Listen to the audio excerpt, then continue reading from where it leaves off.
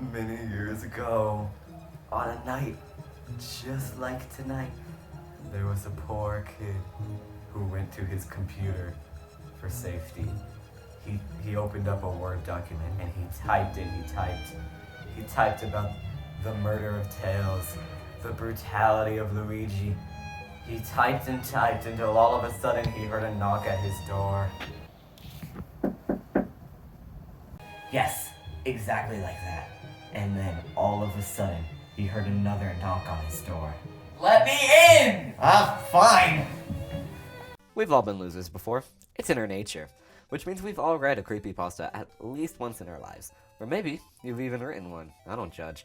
But no matter what, we've all had experiences with the genre before. You're probably living under a rock the size of Mongolia if you've never read Sonic.Exe. There's just something about the genre that's so captivating. Usually because it's so dumb you can't stop reading.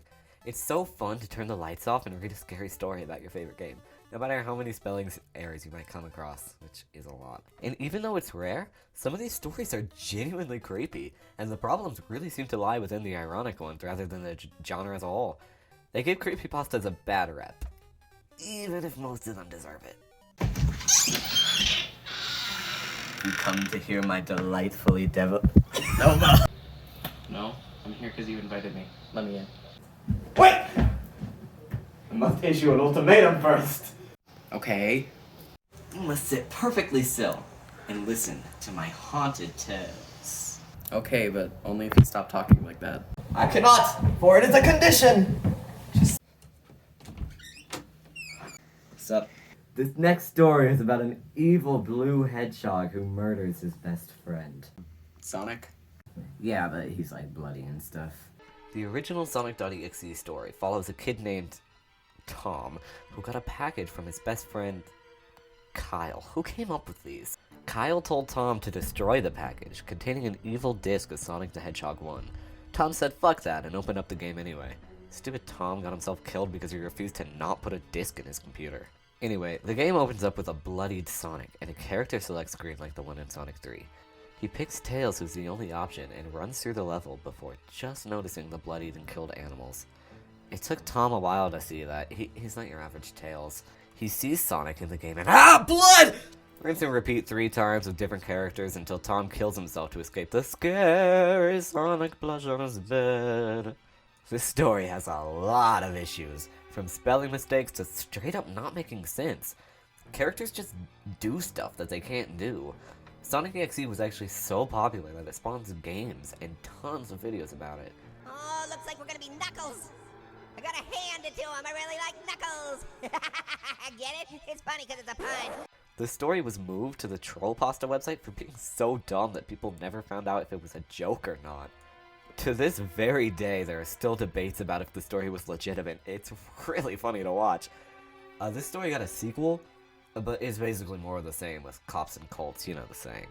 What saying? Why, cops and cults, of course. That story was interesting, in a so bad it's good kind of way. Don't you worry, my dearest friend, for my storytelling is yet to end.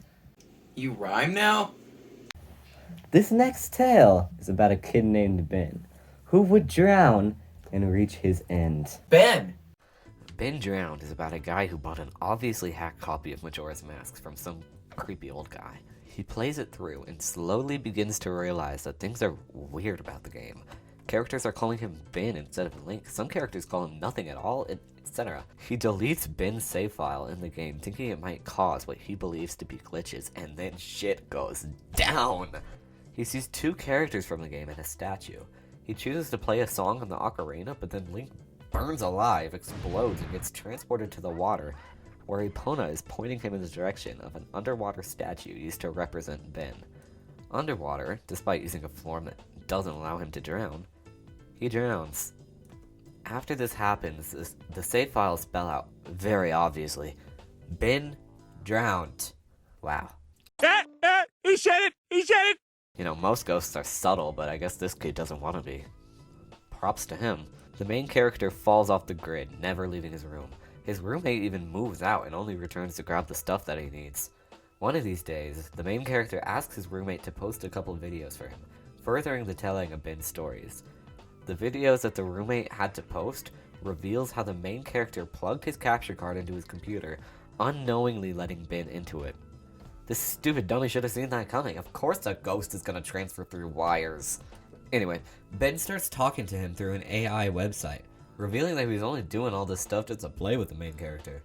The guy then posts all his notes and videos, burns all his stuff, and ends Ben. Poor little 10-year-old. This story is genuinely really scary. Its use of hacking in the storytelling makes it seem all the more real. It feels like it could have been something that some sick old guy actually did to mess with the writer. It's really neat. It uses so many elements to its advantage, making for a genuinely fun story to read.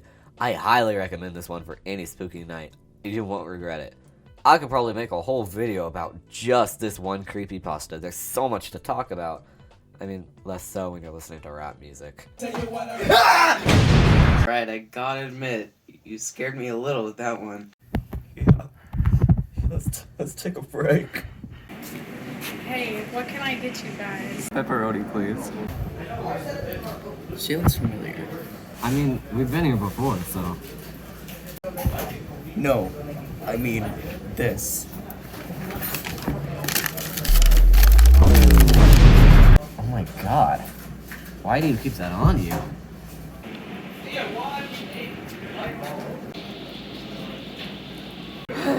I'm gonna have to kill those two. Alright, one more story and then I gotta skedaddle. What happened to your voice? I thought you said it was a condition. What? Oh, my condition. It was cured from the fear from that murderer. Alright, whatever. This next story's about fucking Mario. This has to be the most boring story I have ever read. It's basically Sonic.Exe, but some guy made the game instead of some demon. It's about a Mario World hack where Mario kills people or something. I think it's trying to tell the story of some murder, but honestly, it's way too boring for me to tell. To give it some credit, it did do this cool thing with a ROM that was turned into a text file, then the text file was turned into a JPEG, leaving a spooky image. But even the spooky image was stolen from a YouTube video. Who wrote this? Sonic.Exe was a so bad it's funny type of thing, and Ben Drowned was actually really scary, but this is just nothing.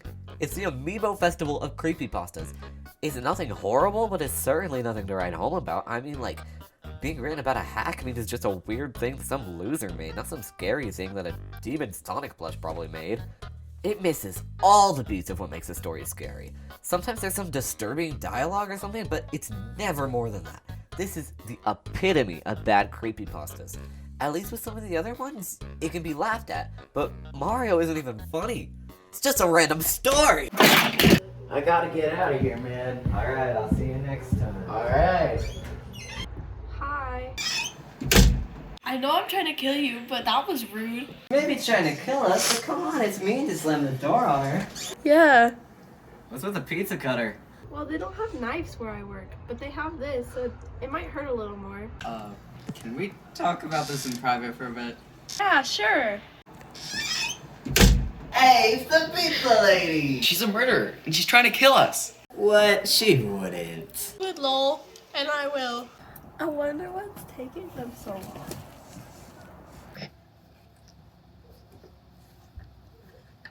Oh, those pricks.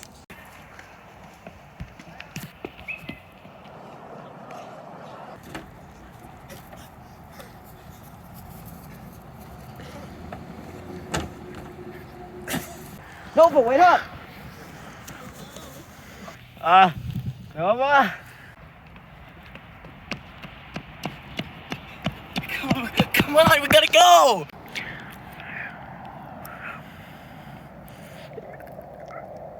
Oh.